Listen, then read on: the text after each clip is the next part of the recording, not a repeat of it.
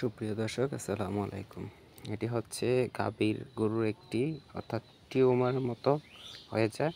এটা পরবর্তীতে অনেকটা বড় আকার হয়ে পুঁজ হয়ে যায়, যেটা পরবর্তীতে আসলে অপারেশনের মতো করা লাগে। তো এটা আসলে করে থাকেন আমাদের সার্জন স্যার।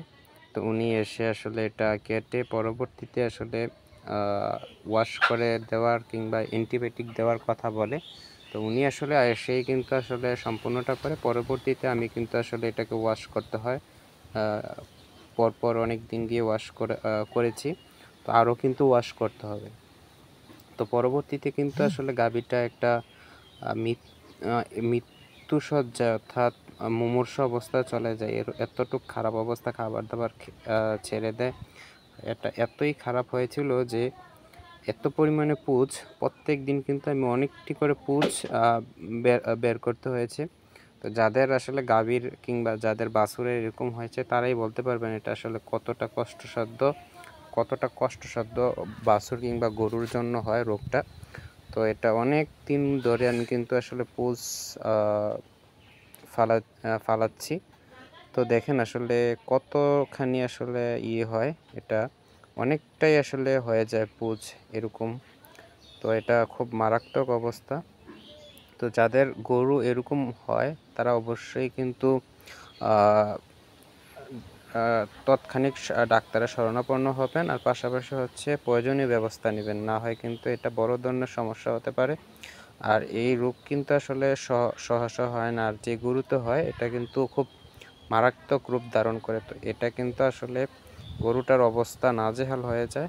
তো পরবর্তীতে কিন্তু এটার আসলে সার্জন স্যারের পরামর্শক্রমে উনি এসে দেখে অ্যান্টিবায়োটিক লিখে দেন। অ্যান্টিবায়োটিক করা হয়, পাশাপাশি হচ্ছে এটাকে ওয়াশ করা হয় কন্টিনিউ। আর বিষয় হচ্ছে যত ইনফেকশনাল কেস কিন্তু ওয়াশ যদি কন্টিনিউস না করা হয়, এক্ষেত্রে কিন্তু আসলে রোগ সারার সম্ভাবনা থাকে না, কিংবা রোগ সারতে অনেক সময় লাগে। পাশাপাশি হচ্ছে ইনফেকশন আরও বেড়ে যায়।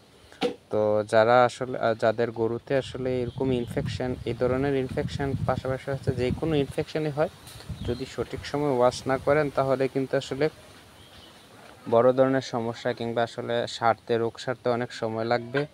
তো অবশ্যই আমার দেওয়ার মূল উদ্দেশ্য হচ্ছে যাদের গরুতে ইনফেকশন কিংবা এরকম ধরনের সমস্যা বা টিউমার জনিত সমস্যার কারণে অ্যাবসেস, যেটা ফোড়া জাতীয় সমস্যার কারণে এরকম হয়, তাহলে আপনারা কিন্তু অবশ্যই ডাক্তারের শরণাপন্ন হবেন। আর পাশাপাশি হচ্ছে প্রয়োজনীয় পরিষ্কার পরিচ্ছন্নভাবে রাখবেন।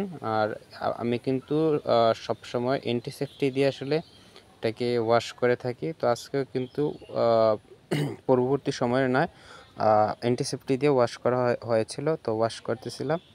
এটা কিন্তু আসলে আমারও আসলে গরুটা দেখে খুব খারাপ লেগেছিল, কারণ এটা গরুটা এতটাই আসলে অসুস্থ হয়ে যায় আর এতটাই খারাপ অবস্থা হয়ে যায়, আসলে বলে শেষ করা যাবে না।